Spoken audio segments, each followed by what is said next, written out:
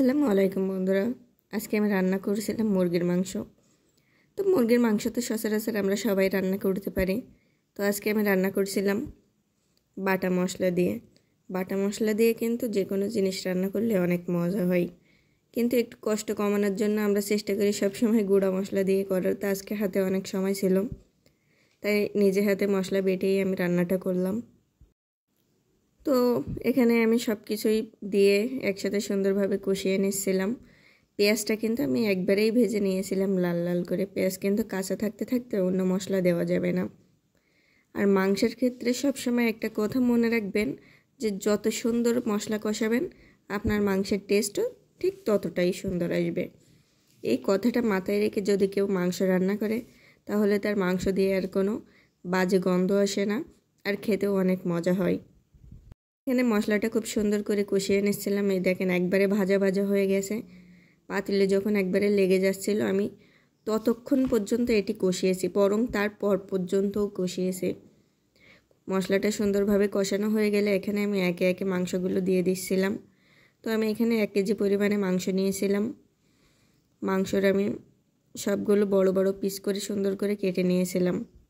সেগুলো কষানো মশলার ভিতরে দিয়ে দিলাম, দিয়ে মাংসগুলো খুব সুন্দর করে কষিয়ে নেব।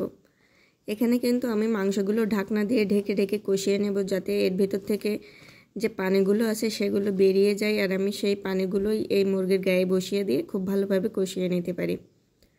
আর এভাবে ঢাকনা দিয়েই মাংস কষিয়ে রান্না করলে মাংসগুলো অনেক শক্ত হয়ে আসে। এই কারণে আমি সবসময় চেষ্টা করি এভাবে ঢাকনা দিয়ে ঢেকে ঢেকে মাংস কষানোর। কিছু মুরগি থেকেই পানি বের হয়, সব মুরগি থেকে বের হয় না। তো এই মুরগিটা থেকে অল্প অল্প পানি বের হচ্ছিল, তাই আমি আগে খুব সুন্দরভাবেই এটি কষিয়ে নিচ্ছিলাম। এই যে দেখেন মাংস কষানোটা এখনও চলছে, একবারে তলে লাগা লাগা হয়ে এসেছে। যখন আমার মাংস কষানোটা কিন্তু হয়ে গেছে, তারপর এর ভিতরে আমি গোটা রসুন দেবো, তো সেগুলো দিয়ে দিলাম। আর একবারে যখন মনে হলো যে মাংস কষানো শেষ, তারপরে আলু দিয়ে আবারও অল্প একটু আমি কষিয়ে নিচ্ছিলাম।